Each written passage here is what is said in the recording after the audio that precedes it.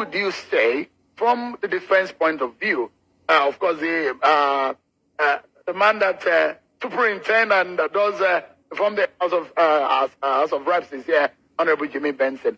But from the operational point of view, can you tell us what is the major issue? The military is now so much involved in internal policing. It does look like you're being taken away from your primary assignment and you are doing secondary and leaving the primary. What would you say is your major problem military-wise? Thank you very much. I'm really very happy to be here, and it's good to be with this forum today.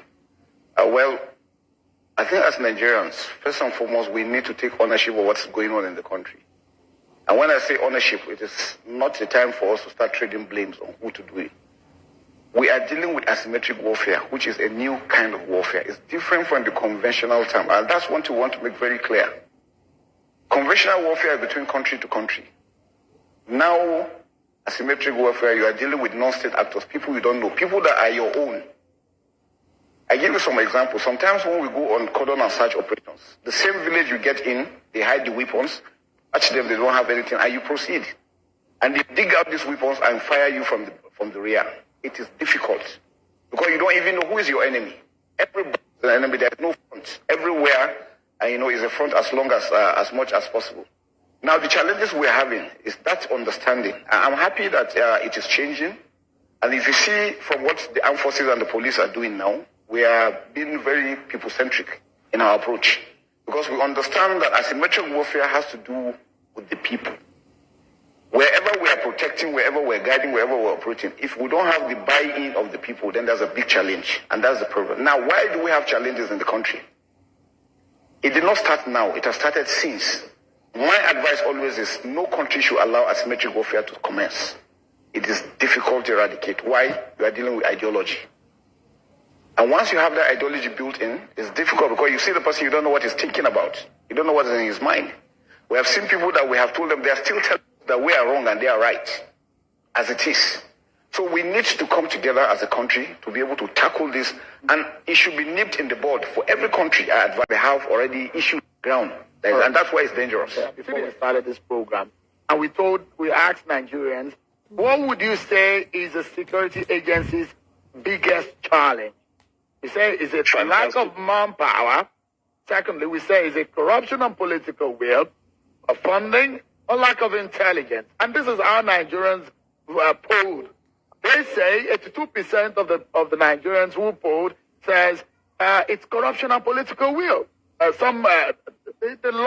ones that follow say lack of intelligence, and another one funding and lack of power. But corruption and political asking question. I'll allow the CDS to comment on the terrorism funding issue that was raised by the lady. Thank you very much. The funding is critical. Trill the money. That's always the issue. Now we have areas of funding both locally and internationally. For the local aspects, they have a means of, they have their followers that they've empowered that contribute money to what they are doing. They go through banditry. Some of them get benefit from taxes. All these things they do from within, the kidnappings is all part of it where they raise funds. And then externally, we have external people that equally support them. The issue of IPOB. There's a lot of funding that comes in there. Yes. Are you worried?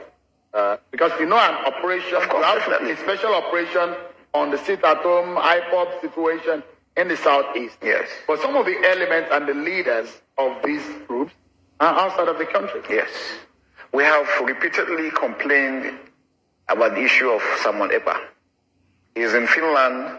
The Finnish government are giving him all the support, and he's doing what he's doing. The comments he's making, people are being killed, and nothing is being done. And this is democracy. If the European Union is the one supporting democracy, and this is happening, and they're not taking action, then they don't mean well for Nigeria. We have said that in clear terms. We need to diplomatically find means of getting him out of whatever it is that he's doing. He must be arrested. He must be prosecuted. Look at it from the other way. Assuming he is in Nigeria and he's doing that to the Finnish government, you think the European Union will allow that happen? They definitely will not. So why are they allowing him to do what he's doing? And people like him that are doing such things, trailing the funds is very critical. I know a lot of the Federal Central Bank, the NFIU, are doing a lot in tracking down how the funds flow. And this is part of what we call the oxygen of terrorism, is logistic, leadership, and funding. Your ability to be able to tackle those things and trail them and deny them the ability to operate will kill terrorism with good governance. Now, you can see the statistics that came in. Political will. And political will is not from federal government alone. The states are critical. For me, if I look at the aspects, what do we need? Let's look at solutions. Do we have a comprehensive database as Nigerians? If you go to Chad, Cameroon, and Niger, once you enter, they know you are not a Nigerian. And they have this duty as citizens. Once you speak, the man knows you are not a Nigerian. The next thing he tells you, if he's a taxi driver, he tells you his vehicle has a problem. He's calling the gendarmes. Before you know it, the gendarmes are coming to ask you, what are you doing in our country? We don't have that. That's what we're saying is a holistic thing that we have to do. Every Nigerian has a role to play in what's going on ground. And then we must look at these things and take it up as a challenge. It's not a military or a security aspect. Everybody has a role to play in this. And that's what I'm saying. We need to develop a database. Why is it difficult? We have a database. And I can mention 10 agencies of government. That is why it's a problem. That's why it's a problem. Remember that former President Goodluck Jonathan had a meeting at the State House